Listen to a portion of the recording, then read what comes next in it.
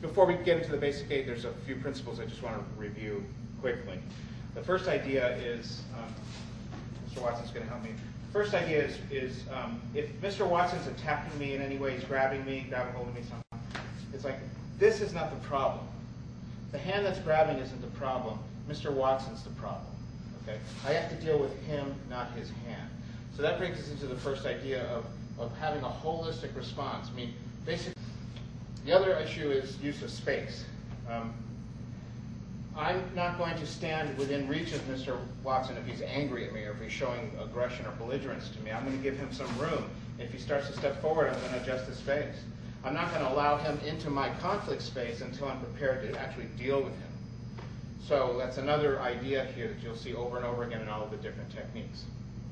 Another idea is the midline of the body.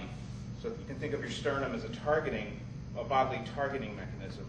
His hands have to travel along this line in order to do damage. So if I'm punching, I have to punch on this line, right? Either way. If I'm going to use knife hands, it's on this line. If I'm going to use elbow strikes, it's this line. If he can't point his sternum at me, it's harder for him to deliver a very devastating strike. He can still hit me, but it's not going to have as much power into it if he can't target me with his body. So you'll see that come into play over and over again in these things too. And the last idea is where his balance point is. So Mr. Watson takes a step toward me. Okay, his balance is really strong here, but it's weak perpendicular to here. Okay, so if I were to try to do a reverse armbar from here, resist me. Okay. You know, I'm gonna have a problem because I'm on this line. I'm on the line of his power. To do this reverse armbar, I need to go to either way. So I need to move off of his line, and therefore, what I'm doing here is applying the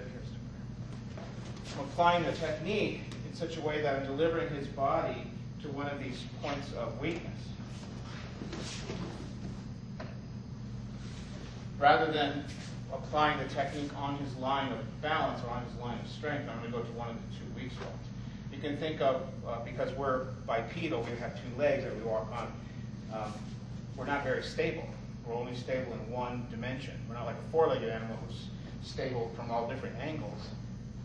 So if I'm stepping, I'm stable here, I'm weak here, and I'm weak here. So at any given moment, if I'm going to apply the technique, I can apply it and direct his body mass into one of those empty spaces, and that will become apparent over and over again throughout not only the basic gait, but all of the techniques that we'll be doing in Hapkido.